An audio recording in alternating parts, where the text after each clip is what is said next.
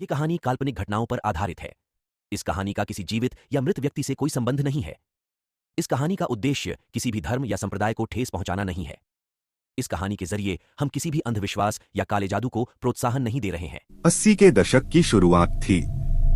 हम 4 लोगों ने मिलकर स्नेक रिवर के पास में पिकनिक मनाने की योजना बनाई। यह जगह हमारे टाउन से 5 मील की दूरी पर थी। यह जगह ईस्टर्न ओरिगॉन में थी, पहाड़ियों से भरी हुई जगह। सर्दियों की शुरुआत होने के कारण कम मात्रा में बर्फ पड़ रही थी। उस रात को चांद पूरा निकलने वाला था और हम जानते थे कि इससे नदी का दृश्य और भी सुंदर होगा। इस ट्रिप में मैं, मेरा पति और मेरी बहन और उसका बॉयफ्रेंड था। हम लोगों ने कुछ बियर्स और कुछ नशे की चीजें अपने साथ में ली थी ताकि हम पूरी रात सस्ते नशे और मजे कर सकें। तकरीबन रात के 11 बज रहे थे जब हम निकले। जिस जगह हम जा रहे थे वह एक मनोरंजन की जगह थी, जहां पर लोग मजे कर सकते थे, कैंप लगा सकते थे और वहां पर नाव चला सकते थे। उस जगह जाने के लिए हमें मुख्य सड़क को छोड़ना था। सब कुछ सही चल रहा था। चांद की रोशनी इतनी थी जिससे कि सड़क और आसपास की चीजें साफ दिखाई दे रही थी। हमने एक जगह पर एक कार को पार किया। मेरे पति ने सिगरेट जलाई और मेरी ओर बढ़ा दी। हम दोनों आगे वाली सीट पर बैठे थे। मेरी बहन और उसका बॉयफ्रेंड पीछे वाली सीट पर बैठे हुए थे। जैसे ही मैं सिगरेट पीने वाली थी कि तभी मैंने अपनी कार के सामने लगभग 20 मीटर की दूरी पर किसी चीज को हिलते हुए देखा। पहली बार देखने पर तो वो मुझे एक हिरण के जैसा लगा। मैं सीट में आराम से पसरकर बैठ गई, पर तभी मैंने उस चीज को अपनी कार के दाईं ओर आते हुए देखा। मेरी बहन भी यह जान चुकी थी कि कार के दाईं ओर कोई चीज तो है। वह बस पूछने ही वाली थी कि क्या हो रहा है। तभी उसने उस चीज को गाड़ी के पीछे की ओर जाते हुए देखा। मुझे याद है कि मैंने मुश्किल से ही एक बार सिगरेट पी थी। मेरी बहन जो सिर्फ 13 साल की है, वो ना तो स्मोक करती है और ना ही कोई ड्रिंक करती है, और हमें इतना समय भी नहीं हुआ था कि हम यह काम कर सकते थे। हम सब चुपचाप बैठे हुए थे। हम दोनों ने कहा, क्या है वो? उन लोगों ने कहा, क्या? हम लोगों ने कहा कि बाहर कोई तो है।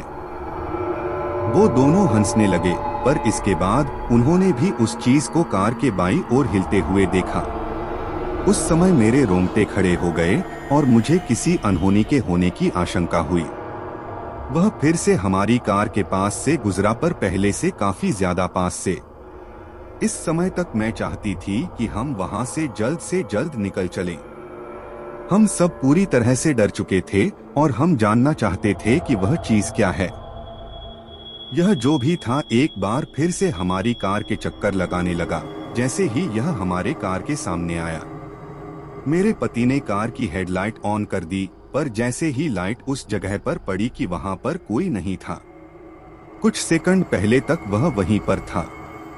जब मेरे पति ने एक बार फिर से कार के हेडलाइट ऑन की तो वह फिर से कार के दाईं ओर आ गया, पहले से भी बहुत ज्यादा पास में।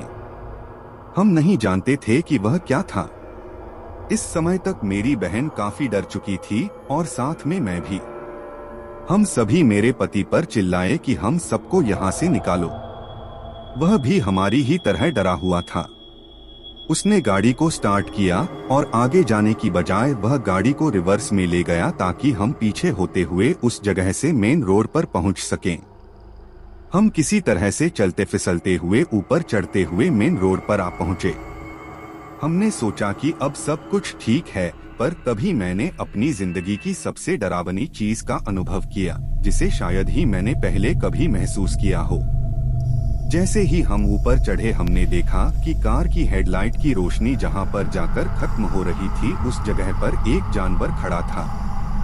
वह उस जगह पर एक ऐसे आदमी की तरह खड़ा था जो पूरी तरह से बड़े बड़े बालों से ढका हुआ हो तथा बहुत ही पतला हो। जब उस पर लाइट पड़ी तो वह मुड़ा। अब हम उसको पूरी तरह से देख पा रहे थे। वह मेरी ही आंखों में देख रहा था और कसम से उस समय मेरी दिल की धड़कन बस रुकने ही वाली थी। उसकी आंखों की जगह गहरे काले गड्ढे थे और उसकी आंखों में दहशत और पागलपन के सिवा और कुछ दिखाई नहीं दे रहा था। ऐसा बस कुछ सेकंड के लिए ही हुआ था कि तभी मेरे पति ने कार की स्पीड बढ़ाई।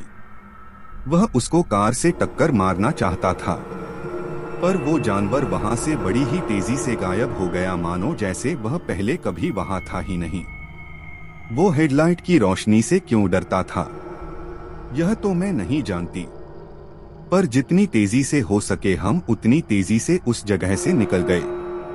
बाहर बहुत ठंड थी और ठंड के इस समय में बाहर न तो कोई आदमी होता है और न ही कोई दुकान खुली होती है, और दूसरी बात वह इलाका बिल्कुल सुनसान था और रात के इस समय में वहां मुश्किल से ही कोई गाड़ी दिखाई देती थी। हम नहीं जानते कि वो क्या था और वह कहां से आया था, पर मेरे दिमाग में केवल एक ही शब्द याद आता है, मानव भेड़िया। उस जगह पर बहुत सी ऐसी ही मानव भेड़िए को देखे जाने वाली घटनाएं हुई है, और सच बताऊं तो अब मैं उस जगह पर कभी नहीं जाना चाहती हूँ। सो आई होप गाइस आपको यह हॉरर स्टोरी अच्छी लगी होगी।